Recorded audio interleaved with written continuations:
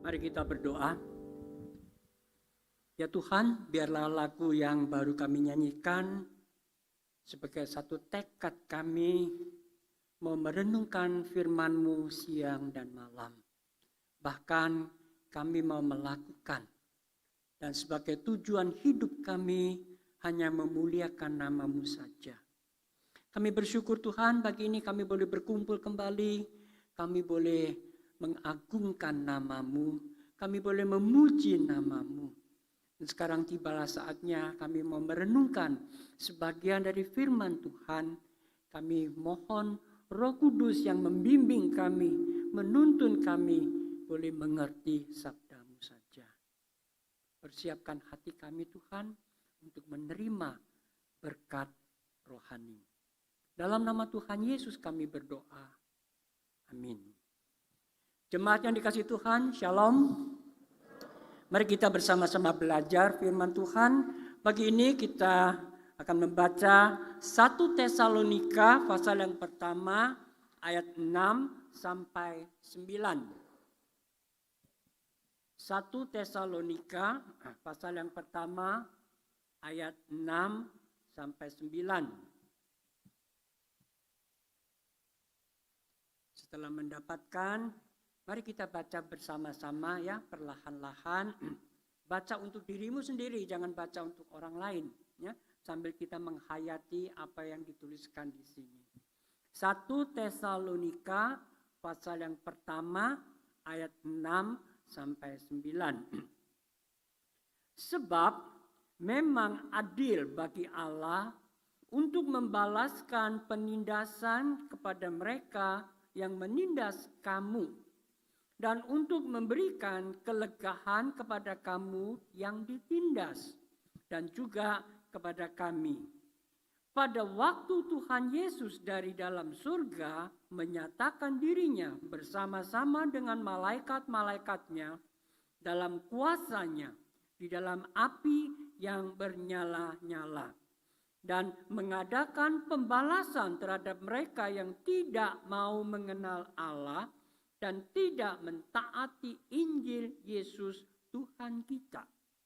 Mereka ini akan menjalani hukuman kebinasaan selama-lamanya, dijauhkan dari hadirat Tuhan dan dari kemuliaan kekuatannya. Saya akan mengulangi ayat ke-7 bagian tengah, kemudian 8-9 ya, yaitu pada waktu Tuhan Yesus dari dalam surga menyatakan dirinya bersama-sama dengan malaikat-malaikatnya dalam kuasanya di dalam api yang bernyala-nyala, dan mengadakan pembalasan terhadap mereka yang tidak mau mengenal Allah dan tidak mentaati Injil Yesus Tuhan kita. Mereka ini akan menjalani hukuman kebinasaan selama-lamanya, dijauhkan dari hadirat Tuhan dan dari kemuliaan kekuatannya. Tema yang diberikan pada saya hari ini adalah, jika Allah baik, mengapa ada neraka? Jika Allah baik, mengapa ada neraka? Coba saudara perhatikan pertanyaan ini ya. Satu pertanyaan yang patut dipertanyakan kembali. Dengan kata lain, pertanyaan ini kira-kira itu menyalahkan Allah atau meragukan Allah itu baik. Dalam benak pikiran kita, ya, selalu kita mengatakan Allah itu baik. Benar enggak? Ini enggak dapat dipungkiri ya. Semua mengakui bahwa Allah kita itu ada Allah yang baik, Allah yang benar, Allah yang indah. Ya, pokok semua yang positif itu seakan-akan itu milik Allah. Loh, kemudian kok masih ada neraka? Apakah Allah menciptakan neraka?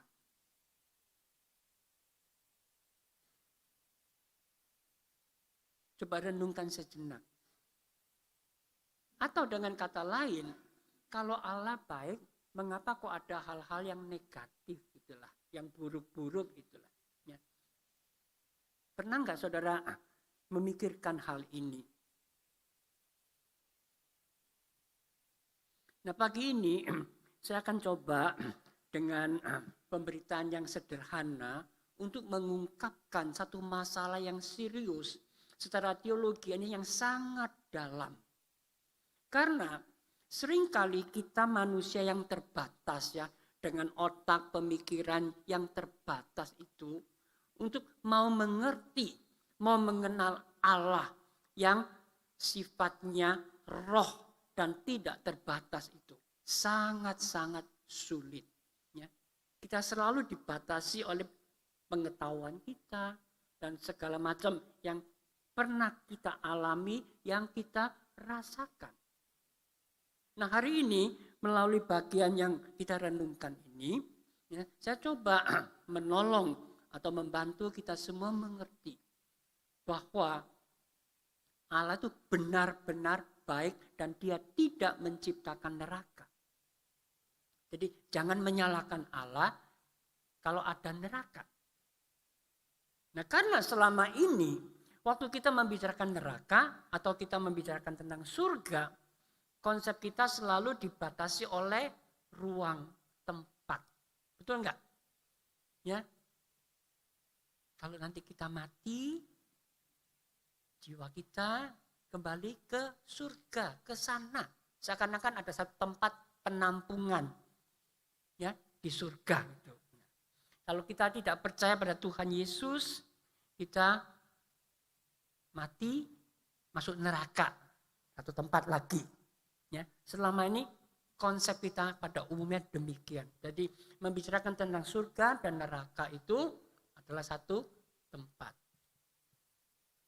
Ya memang di dalam Alkitab ya, ingin mengungkapkan itu, kemudian menggunakan banyak ilustrasi ya, dengan kondisi atau keberadaan kita di dalam dunia ini untuk menolong kita bisa mengerti kebenaran itu.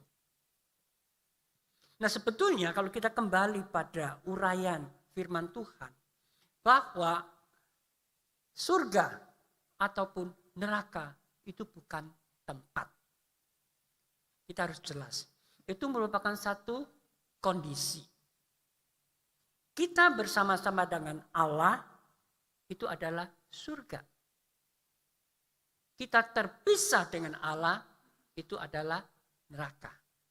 Nah, ini intinya yang perlu kita pegang erat-erat. Oke. Karena di dalam Tuhan yang roh itu tadi, ya, sebetulnya tidak ada masalah terang dan gelap. Kapan ada terang dan gelap itu? Tatkala penciptaan. Kalau kita baca Kejadian pasal pertama. Ayat pertama dikatakan apa? Pada mulanya Allah menciptakan langit dan bumi. Seterusnya ayat kedua dikatakan keadaan bumi itu bagaimana. Kemudian ciptaan yang pertama yang Allah lakukan itu apa? Allah berfirman, adalah terang. Kemudian jadilah terang. Dan Allah melihat terang itu baik, kemudian memisahkan terang dan gelap. Ya, kalau saudara menghayati kalimat-kalimat itu tadi, maka terbukalah pemikiran kita. Di dalam Mazmur 139 ayat 11 dan 12, di situ ada satu ungkapan. Bagi Allah, terang dan gelap itu sama. Beda dengan konsep kita ya. Kalau kita mengatakan, aku sembunyi di dalam kegelapan, orang lain nggak bisa menemukan, nggak kelihatan karena gelap. Betul enggak? Ya. Tapi Mazmur mengatakan tidak. Aku lari sembunyi kemana saja. Aku harapkan kegelapan itu bisa menutupi aku, bisa menaungi aku sehingga tidak terlihat. Tapi bagi Tuhan tetap kelihatan. Karena bagi Allah terang dan gelap itu nggak ada bedanya. Jelas ya? Oke. Nah, sekarang kita pikirkan, di mana ada kegelapan? Di mana ada kegelapan? Kalau ada terang. Betul enggak? Ya. Begitu ada terang, kemudian muncul ada bayangan gelap. Kalau enggak ada terang, ya kita tidak ada kegelapan. Atau semua gelap. Ya. Nah, itu realita yang kita hadapi. Nah, demikian juga lah waktu kita mau mengerti surga dan neraka, kita pun dibatasi oleh pemikiran kita tadi. Tempat, ruang. Oke. Kembali lagi pada penciptaan. Waktu Allah menciptakan langit dan bumi, waktu Allah dengan firman-Nya mengatakan adalah terang. Kemudian muncullah terang dan mulai ada terang dan gelap. Nah, untuk mengatur terang dan gelap itu pada hari keempat baru Allah menciptakan matahari, bulan, bintang dan lain sebagainya supaya sistem alam semesta ini teratur.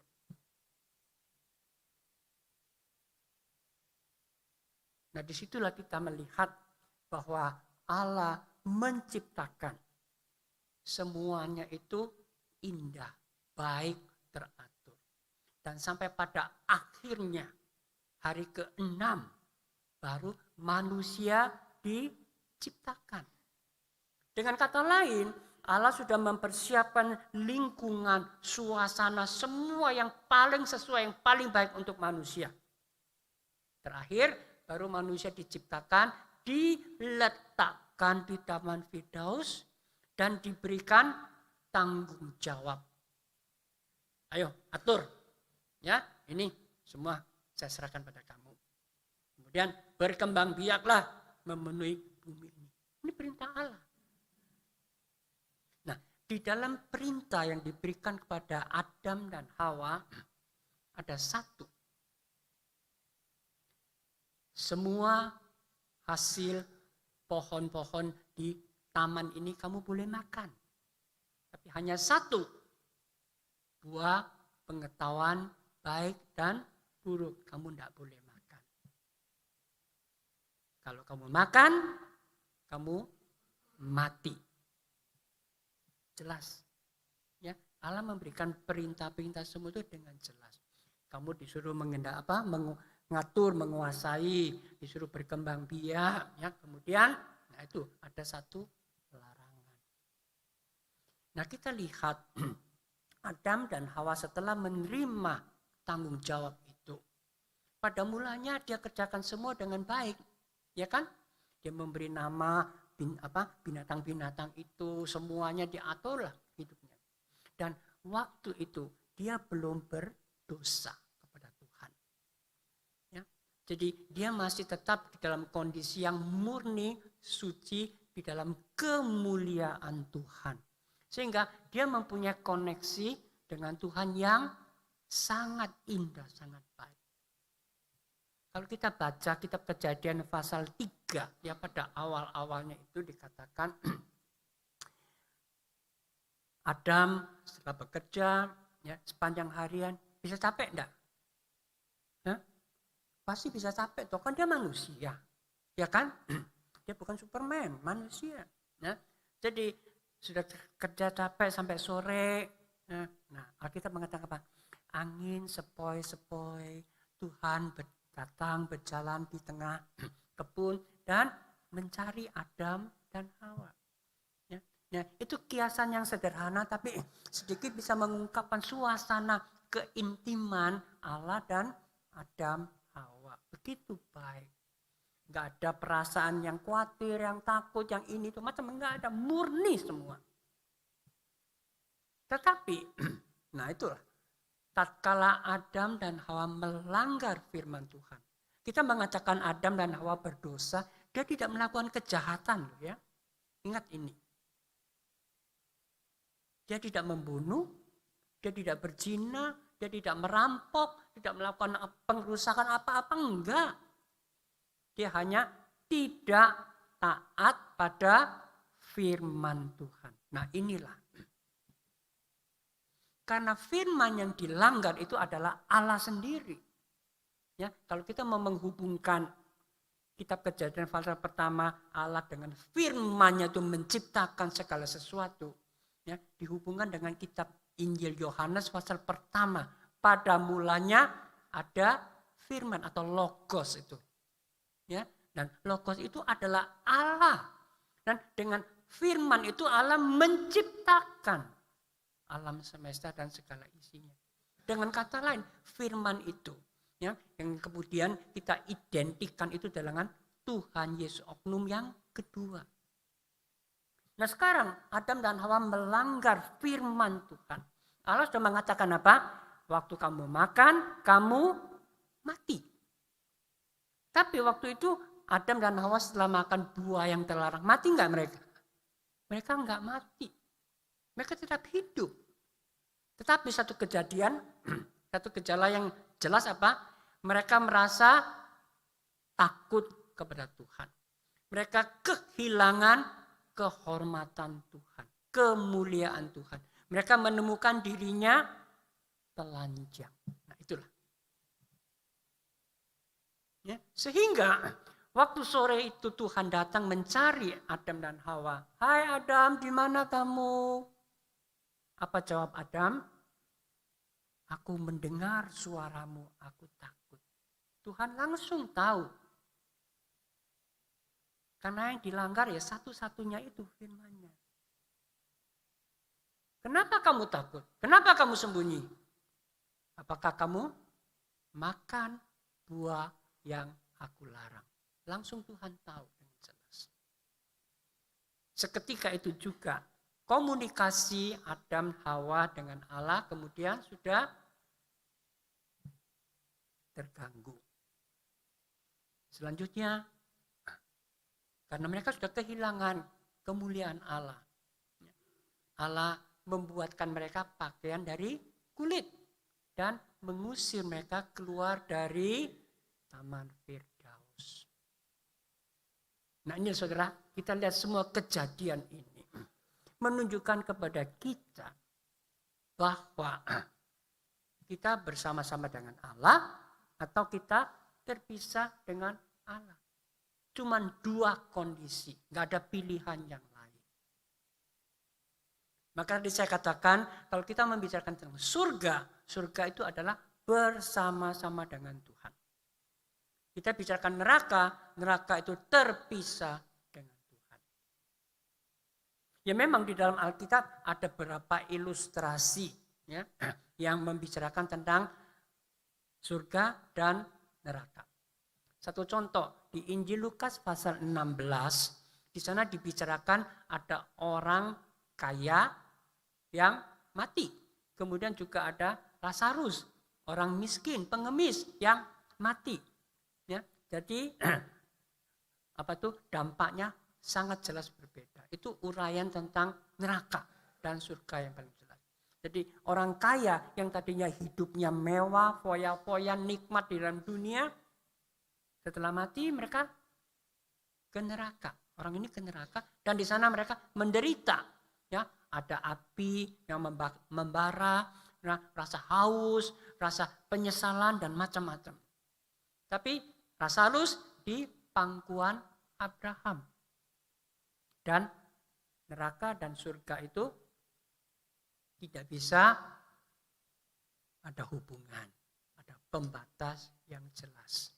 Ya, itu satu ilustrasi. Ya. Kemudian di kitab Wahyu juga ada ilustrasi mengatakan nantinya di surga itu tidak ada air mata, tidak ada penderitaan, ya, tidak ada kematian dan lain sebagainya. Nah itu semua kata-kata yang dipakai yaitu ungkapan yang sekarang ini yang kita rasakan di dalam dunia. Ya, semua hal-hal yang tidak enak itu di sana nggak ada. Ya, jadi semua itu lawan katanya di situ. Ya, jadi satu suasana yang sukacita, damai sejahtera dan lain sebagainya. Nah itu ungkapan-ungkapan itu menolong kita untuk mengerti suasana kalau kita bersama-sama dengan Tuhan atau kalau kita terpisah dengan Tuhan. Nah, sejauh ini saya harap saudara-saudara bisa terbuka pemikirannya untuk mengerti tema pagi ini. Kalau Allah baik, mengapa ada neraka?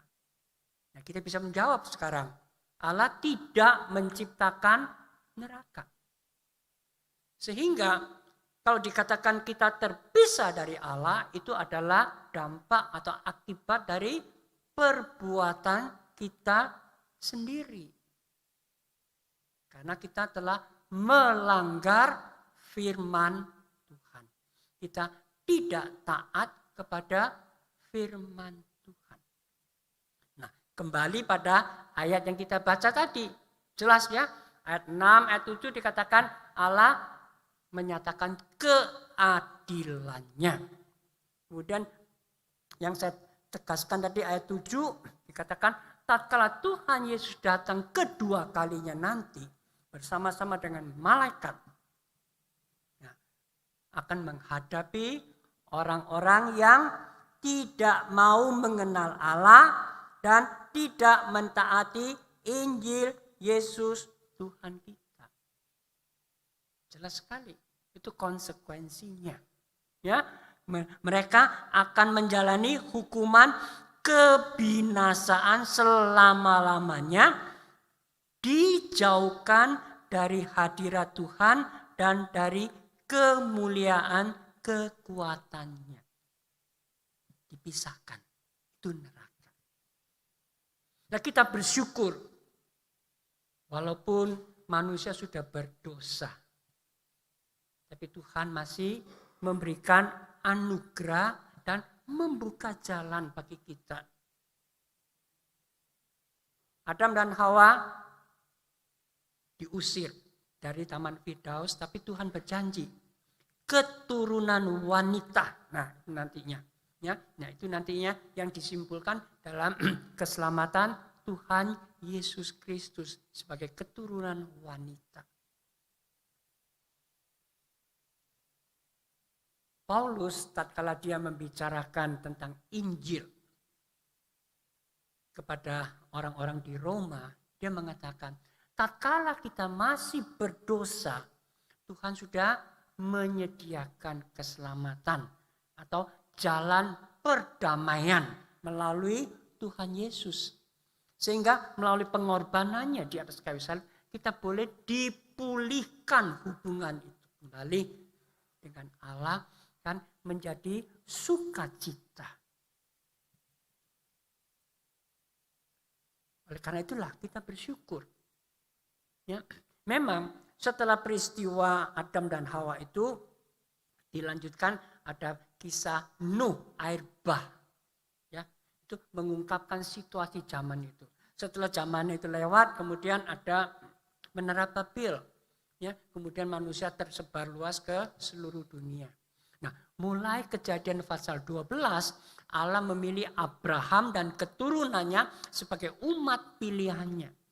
Nah, Allah secara inisiatif dia berupaya ya, menyatakan kasih karunia-Nya kepada manusia. Tapi sayangnya orang-orang Israel yang terpilih ini mereka selalu membangkang kepada Tuhan, keras hati, tidak mau taat. Sehingga anugerah yang tadinya menjadi monopoli orang Israel, Allah alihkan ya, kepada bangsa-bangsa di luar Israel. Termasuk kita ini sebagai orang kafir tadinya yang tidak mengenal Allah. Tapi oleh karena keselamatan Tuhan Yesus Kristus, kita kembali boleh berdamai dengan Tuhan. Sampai di sini saya kira saudara bisa mengerti sekarang ya, keberadaan Allah yang seringkali kita sebut sebagai surga itu tadi dengan keberadaan neraka yang terpisah dari Allah. Saya ambil contoh lagi beberapa ya yang praktis saja dalam kehidupan sehari-hari. Sebagai orang tua, kita mendidik anak, menginginkan anak-anak kita mempunyai budi pekerti yang baik. Betul enggak? Ya, Kita didik mereka, kita arahkan mereka. Kalau mereka salah diapakan? Dibiarkan. Kalau salah diapakan? Dihukum. Mungkin. Ya, kita didik mereka. Atau dengan kata yang lebih kasar lagi, kita hajar mereka. Ya toh? Jadi kalau kita melihat kalau ada anak-anak yang disebut kurang ajar itu tadi, apa itu maksudnya? Itu kurang didikan, kurang arahan. Nah, waktu kita membicarakan ini, kita bicarakan kebaikan orang tua dengan pengajaran ini, selaras enggak? Boleh enggak kita mengatakan, papa mama kok jahat gitu, anak kok diajar, kok dididik begini. Bisa enggak? Enggak bisa toh. Ya toh, secara logika konsekuensinya kita mengerti ini. Ya, sama halnya kalau kita berada di jalanan, kita setir mobil, naik sepeda motor. Semua ada kebebasan pribadi masing-masing, ada keinginan, kebutuhan masing-masing. Ya. Nah, tetapi untuk semua pengguna jalan raya itu bisa tertib, perlu ada hukum, tata tertib, lalu lintas. Ya, perlu ada marka-marka itu semua. Betul nggak? Bisa nggak kita mengatakan marka-marka itu merintangi, menghalangi kebebasan saya?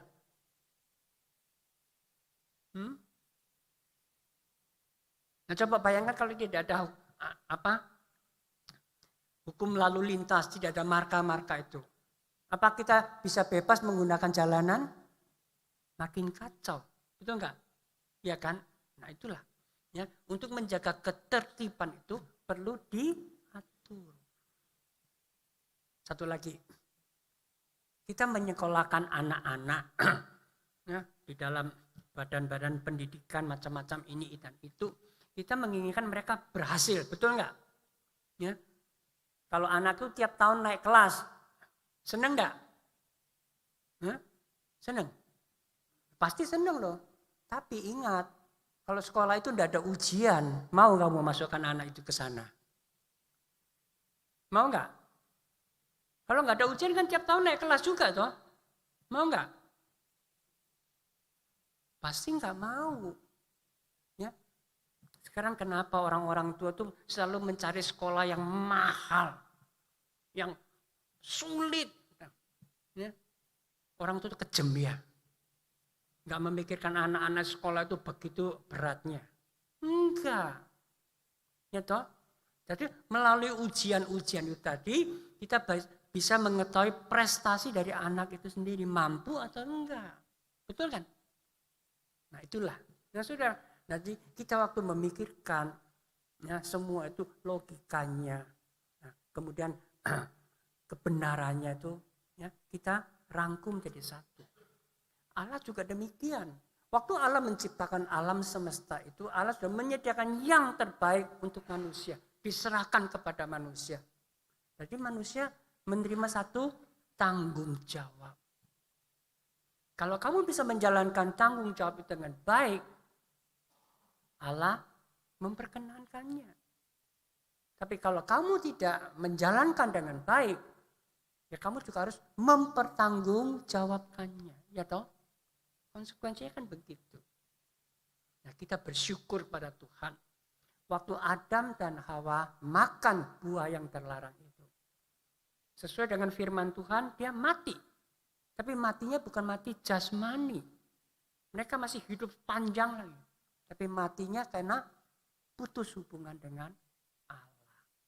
Tapi kita bersyukur Allah masih berbelas kasihan.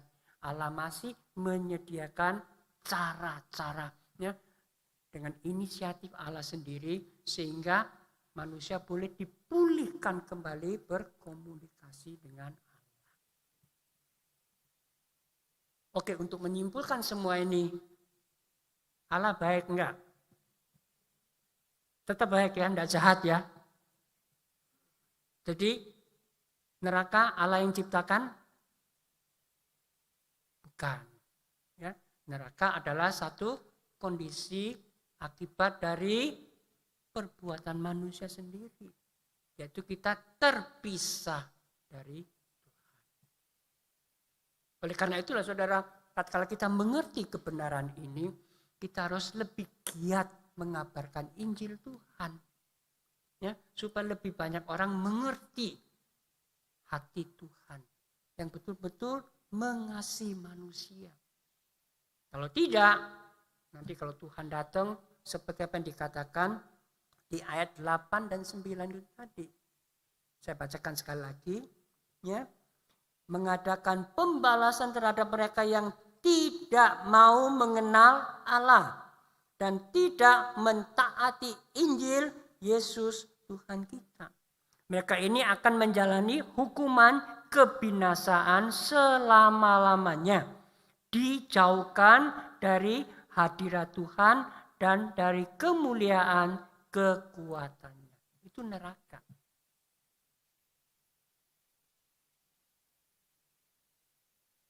Bagi saudara-saudara yang jelas dan sudah mengenal Tuhan Yesus, menerima Dia sebagai juru selamat, kita patut bersyukur.